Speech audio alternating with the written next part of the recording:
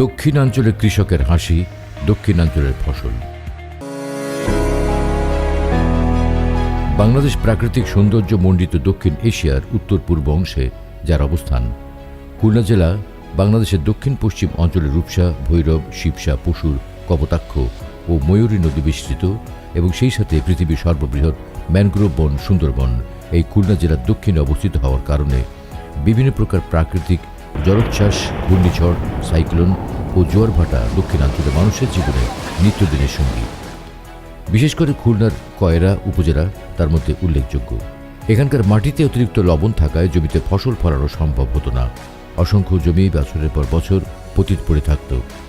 দক্ষিণ অঞ্চলের মানুষের দীর্ঘদিনের স্বপ্ন ও আশা ছিল এমন কিছু লবণ সহিষ্ণু ফসলের জাত যা এই অঞ্চলে চাষাবাদের উপযোগী হবে।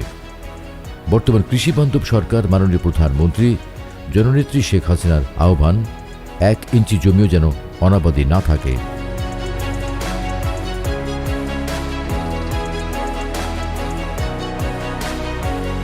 তারই ডাকে সাড়া দিয়ে বাংলাদেশ কৃষি গবেষণা ইনস্টিটিউট গাজীপুরের বিজ্ঞানীরা নিরলস প্রচেষ্টা ও গবেষণার ফলে দক্ষিণ অঞ্চলে লবণ সহিষ্ণু বিভিন্ন ফসলের উচ্চ ফলনশীল নতুন জাত উদ্ভাবন করতে সক্ষম হয়েছে।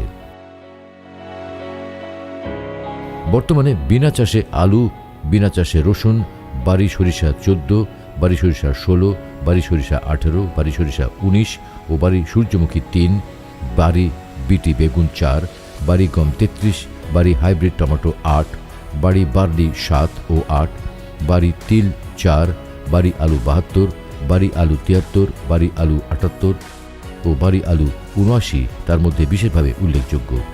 আমাদের বাড়ি উৎপাদিত ভালো জাতের বীজগুলো সরবরাহ করছি এবং কৃষকদের পরামর্শ দিছি, প্রশিক্ষণ দিছি যে এর মধ্যে কী কী গুণাগুণ আছে, কেন এগুলো চাষ করবেন, চাষ করলে আপনার কী লাভ, ইত্যাদি বোঝানোর পরে এখন আমরা কিন্তু মাঠে ঘাটে যাই, দেখলাম বাড়ি সরিষা 18 প্রচুর পরিমাণ মাঠে আছে, বাড়ি সরিষা 14 প্রচুর পরিমাণ মাঠে আছে।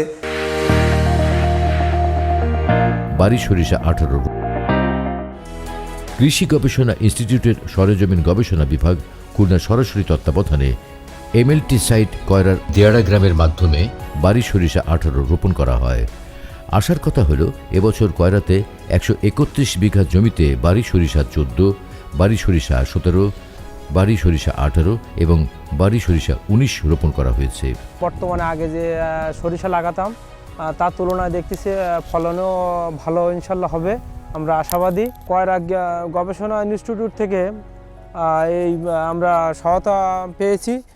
বাড়ি সরিষা 18 এই মাঠটি প্রধানত একটি লবণাক্ত মাঠ এবং এর চারপাশে মাছের ঘের যা লবণে সমৃদ্ধ। এই মাঠটি একটি সময় ফেলে রাখা হতো অতিরিক্ত লবণাক্ততার কারণে, কোনো কিছুই চাষ হতো না। কিন্তু আজ এই মাঠে ফসলের হাসি, যাকে মায়ের হাসির সাথেই তুলনা করা যায়। বাড়ি সূর্যমুখী 3। দক্ষিণাঞ্চলের মানুষ দীর্ঘদিন যাবৎ এমন একটি সূর্যমুখী জাত আশা করছিল যেটি বিভিন্ন প্রকার ঘূর্ণিঝড়, প্রাকৃতিক দুর্যোগ মোকাবেলা করতে সক্ষম। বাংলাদেশ কৃষি গবেষণা ইনস্টিটিউট বাড়ির বিজ্ঞানীরা গবেষণা করে 1 মিটারের মধ্যে সূর্যমুখী 3 জাতটি দক্ষিণাঞ্চলে মানুষের কাছে পৌঁছে দিয়েছেন। এই কয়রা অঞ্চলের যে সমস্ত মাটিতে সহজে অনেক ফসল করা যায় না, তার ভিতরে সূর্যমুখী একটা ফসল যেটা খুব সহজে লবণ সহ্য করতে পারে এবং এটা দেরিতে এটা চাষ করা যাচ্ছে, এটার ফলন তুলনামূলকভাবে কম না। সব কিছু বিবেচনায় আমি মনে করি যে যেহেতু এটা উচ্চ মূল্যের ফসল, এর তেলের গুণাগুণ অন্যান্য তেলের থেকে সবচেয়ে বেশি এবং যাদের হার্টের রোগী আছে সেই সমস্ত রোগীরা কিন্তু সূর্যমুখীর তেল খাওয়া ডাক্তার পরামর্শ দিয়ে থাকে। এই সূর্যমুখীর তেল এদেশের মানুষ খাবে এবং তারা সুস্থ থাকবে, এই আশাবাদ ব্যক্ত করছে। এই জাতটি খাঁটো হওয়ার কারণে সহজেই ভেঙে পড়ে না, ঘূর্ণিঝড়ের কবল থেকে রেহাই পায়। দক্ষিণাঞ্চলের কৃষকদের কাছে এই জাতটি ব্যাপক আলোড়ন সৃষ্টি করেছে। আমার এই জায়গাটাও অপতিত ছিল, এটাকে আমি পরিষ্কার করে বাড়ি সূর্যমুখী চাষ করি। খুলনার কয়রাতে এবছর প্রায় 20 বিঘা জমিতে সূর্যমুখী চাষ করা হয়েছে। বাড়ি বিটি বেগুন 4।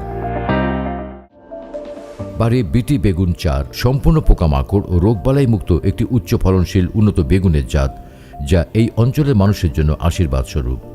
কৃষক পর্যায়ে কয়রার মানুষের কাছে এই জাতটি অত্যন্ত লাভজনক, বেগুনের জাত হিসেবে ব্যাপকভাবে সমাদৃত। এই বেগুনটা অনেক বড় হয়, 800 গ্রাম থেকে 1 কেজি হচ্ছে এখন প্রথমে। এই বেগুনটা চাষ করে অনেক লাভবান হচ্ছে আমি আর কি। বাড়ি বিটি বেগুন 4 গাছটি উচ্চতার দিক থেকে আকারে ছোট, কিন্তু বেগুনের সাইজ তুলনামূলকভাবে আকারে অনেক বড়। প্রতিটি বেগুন ওজনের দিক থেকে 700 থেকে 900 গ্রাম, কোনোটি আবার 1 কেজিরও ঊর্ধ্বে। বাড়ি বিটি বেগুন 4 এর প্রধান যে বৈশিষ্ট্য, এটি ফল এবং ডগা সিদ্ধকারী যে পোকা, সেই পোকা মুক্ত একটি জাত। আমাদের এই কয়রাতে টোটাল 100 বিঘা জমিতে এবছর চাষ হয়েছে। অন্যান্য বেগুনের তুলনায় ফলন বেশি হয়, কৃষক এই জাতটি চাষ করে দারুণভাবে লাভবান হচ্ছে। আমাদের বিটি বেগুন যেটা 4টি ভ্যারাইটি আমাদের বের হয়েছে, একটি বেগুন প্রায় 1 কেজির মতো, এবং কোনো কোনো ক্ষেত্রে দূর থেকে দেখলে মনে হবে এটি একটি লাউ। তো একটি বেগুন যদি একটি পরিবারের পুষ্টির চাহিদা নিশ্চিত করতে পারে, তাহলে এটি আমাদের বিজ্ঞানীদের একটি বড় সাফল্য বলে আমি মনে করি। যদিও এটা একটু সীমিত আকারে আমরা বিভিন্ন অঞ্চলে করছি, যেমন খুলনার কয়রাতে, আমার ভটিয়াঘাটা, এই অঞ্চলগুলোতে হচ্ছে, এবং আমাদের বিজ্ঞানীদের তত্ত্বাবধানে এটা কৃষকের মাঠে করা হচ্ছে। এটি ব্যাপকভাবে সমাদৃত হচ্ছে। এবছর আমি নিজেও অনেকগুলো মাঠে গেছি এবং দেখছি যে এটার উৎপাদন অনেক ভালো। খুলনার কয়রার কৃষকরা বিনা চাষে আলু, বিনা চাষে সূর্যমুখীর হাইসান 33 জাত ও রসুন চাষাবাদ করে দারুণভাবে লাভবান হচ্ছে। খুশির কথা হচ্ছে, খুলনার কয়রার মানুষ খুব শীঘ্রই আরও উচ্চ ফলনশীল লবণ সহিষ্ণু সরিষা সহ বিভিন্ন ফসলের জাত পেতে চলেছে, যা অচিরেই দক্ষিণাঞ্চলের মানুষের জন্য এক নবদিগন্তের দ্বার উন্মোচন করবে।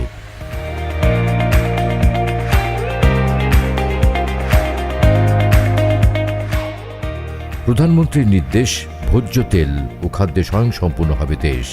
কয়রার মানুষের কষ্টের দিন এবার হবে শেষ।